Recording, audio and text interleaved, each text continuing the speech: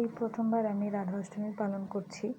এর আগে কখনো করা হয়নি। উপোস করা হয়েছে মা বাবার বাড়িতে, তো নিজের সংসারে কখনো এভাবে করা হয়নি। তাই এইবার ভাবলাম এইবার থেকেই শুরু করব নিজের সংসারে সব কিছু গোছগাছ করে। তো সকালে উঠে সব কিছু পরিষ্কার করে ধুয়ে মুছে বাজারে গেছিলাম, বাজার থেকে সব কিছু কিনে এনেছি। তারপরে এই যে আমি আমার ঠাকুরকে স্নান করাবো, সেই জন্য সব কিছু গুছিয়ে নিচ্ছি। ঠাকুরকে স্নান করিয়ে দেবো এবার।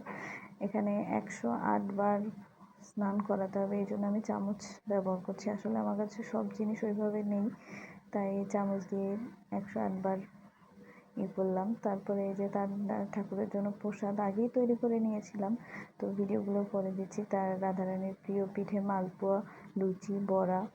তারপরে এই যে ঠাকুরকে ভোগ দিয়ে দিলাম। তারপরে এবার পুজো করব। তো এই জন্য আমি মাটির পাত্র ব্যবহার করেছি। আসলে আমরা যে স্টিলের থালা ব্যবহার করি এটা আসলে ঠিক না, মাটির পাত্রতে ঠাকুরকে ভোগ দেওয়া উচিত।